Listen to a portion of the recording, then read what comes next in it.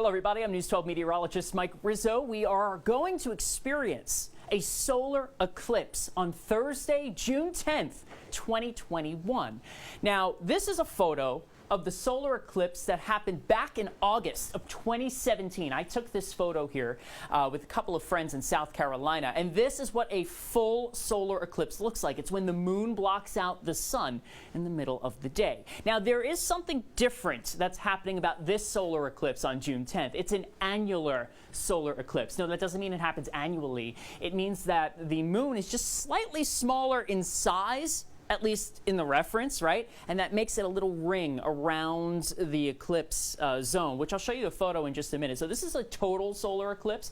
It looks like there's a ring here, but that's actually just the light emerging out from behind the moon.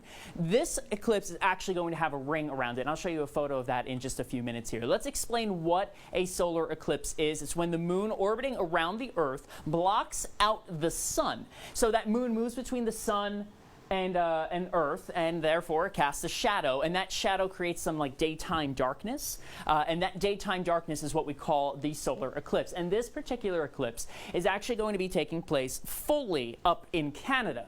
Now, that doesn't mean we won't be able to see it here in New York City. We're still in the eclipse zone. It just won't be the 100% eclipse zone. And the 100% eclipse zone looks like this. This is what I mean by that ring around the moon.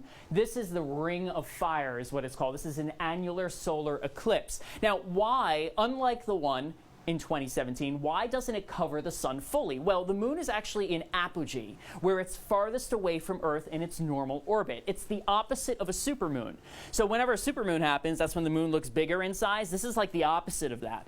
And that's why when the moon moves in front of the sun, it's going to look like a ring, especially in that 100% eclipse zone. Now, New York City looks like it's quite a distance away, but believe it or not, we're in the 70 to 80% eclipse zone. So that's kind of cool. We'll be able to see at least 70 to 80%, I think around 70% though for New York City, of the sun covered by the moon. Really cool stuff there. So definitely go and check this out on Thursday, June 10th. Let's time it out and show you exactly what it looks like.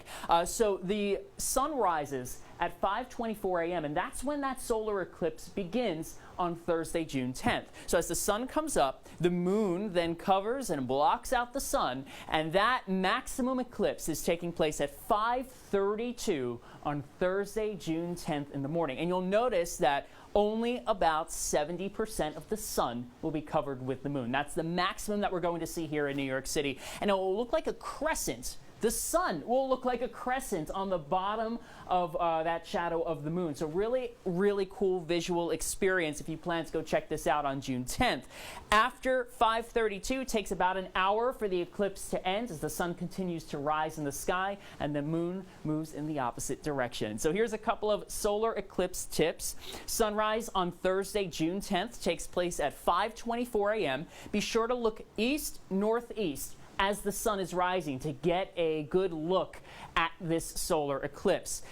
Since it's happening at sunrise, you need to get higher in elevation or have a clear view of the horizon. So if you could get higher, it's better. So rooftops, hilltops, terraces, that will help you see past any tall structures such as trees or even buildings. If you can go down the Jersey Shore and look out from the beach, you have a clear view over the water at the horizon. So that's actually a good recommendation there I have for you.